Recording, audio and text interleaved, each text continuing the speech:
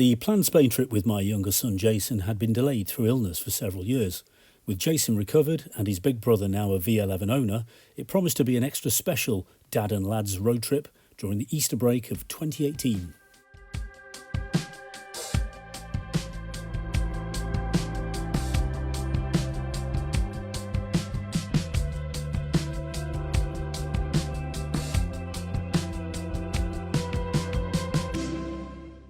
After a leisurely boat ride to Santander, so it began. The 1000S, with its long, comfortable saddle, easily accommodated Jason and me. With a top box and a set of throwover panniers, the bike converted into an excellent GT machine. Jamie on the V11 though, by dint of only having to haul a set of throwover panniers, had an immediate weight and power advantage. The ride through the stunning Picos Mountains became progressively colder as the altitude increased and snow covered the vast scenery. It was a bone-chilling and testing ride for all three of us, so we stopped early for the night at Carrion de los Condos on the Pilgrim Trail to Santiago. The 1000S has a claimed 82 horsepower from the big air-cooled V-twin and made light work of hauling both of us up the steep inclines.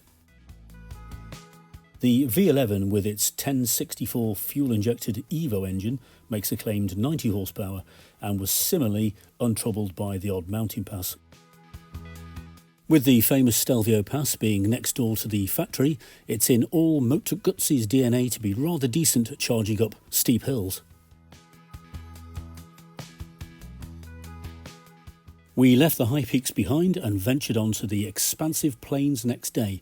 Both bikes and riders seemed to enjoy the change to easy flat country. Our night stop was at Avila with its massive Moorish walls and intricately woven medieval street plan. At 3,000 feet above sea level, it was absolutely freezing.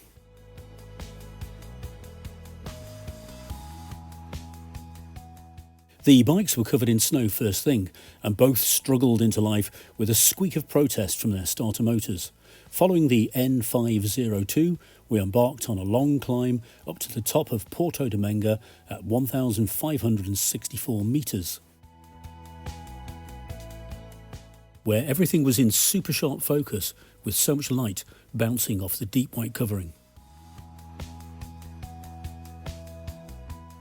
As the altitude decreased and the roads dried out, we pushed on harder.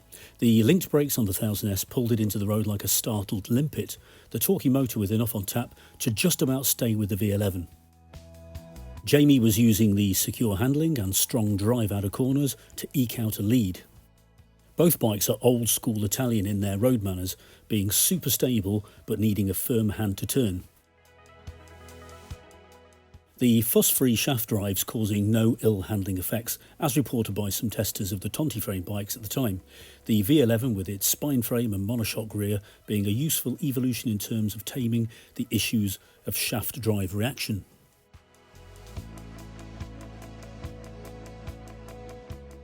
The CM4000 shadowed the River Tagus into Toledo and served up mile after mile of grin-inducing swervery.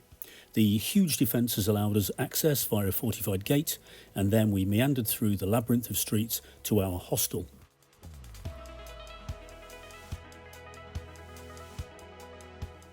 Toledo is a stunning medieval city, known historically as the European capital for exquisite sword making. That evening, sitting in a funky bar watching the footy and eating tapa with the excitable locals completed the full Spanish experience. Leaving the delights of Toledo behind, we ventured forth to Don Quixote country. The Windmills of Consuegra is where the inebriated knight famously charged at giants. A little further along the N420, we found the beautiful Moorish castle of Belmont.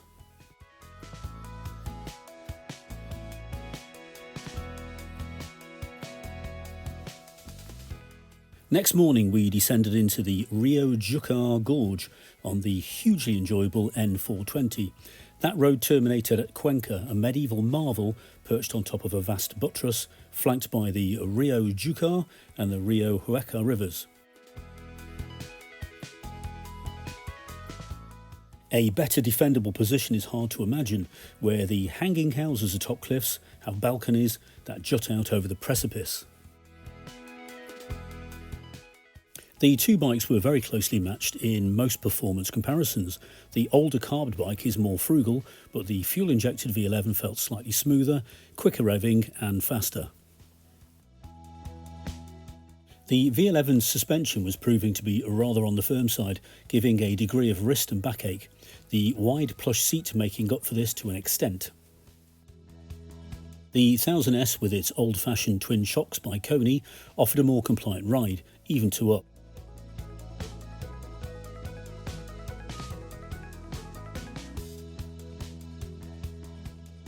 A wrong turn brought us to a dead end where Jason had time to play in the snow.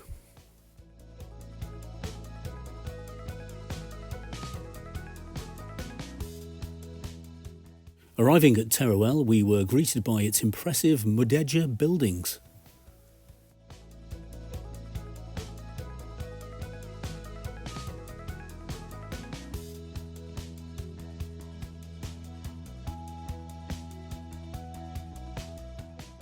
After a night at Teruel with its fascinating architecture, we rode once more into the hills on the A226 and climbed back into the snow where it was deeper than ever at 1,700 metres the summit of Villarroya.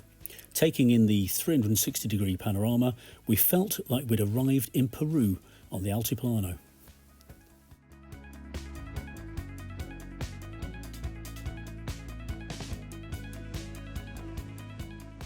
Next, a picturesque cross-country gallop took us via Morella, a lofty citadel topped by a fortress on a crag,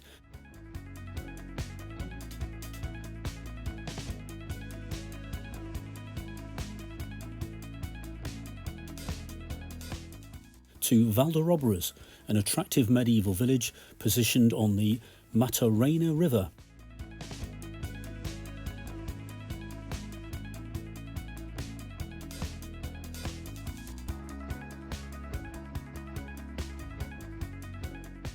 Motorland and the World Superbikes was our destination next day, an anticipated highlight of the trip.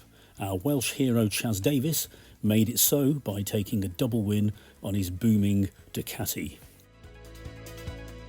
A quick dash to Zaragoza for our penultimate night, a city completely dominated by the most gigantic basilica rising up alongside the River Elbro. The water made brown with silt from the meltwater was threatening to flood over the ancient bridge. Mr. Goya was not impressed.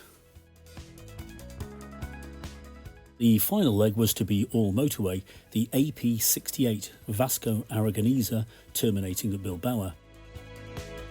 Our final night out in Bilbao, using the hilarious outdoor escalators to convey us from one bar to another, was our last hurrah. Fair to say that getting up next morning for the ferry was a bit of a struggle. Both Guzzis had performed brilliantly, never once giving a hint of bother. Our decision to ride two rare and beautiful Italian machines rather than taking modern tourers made the trip extra special.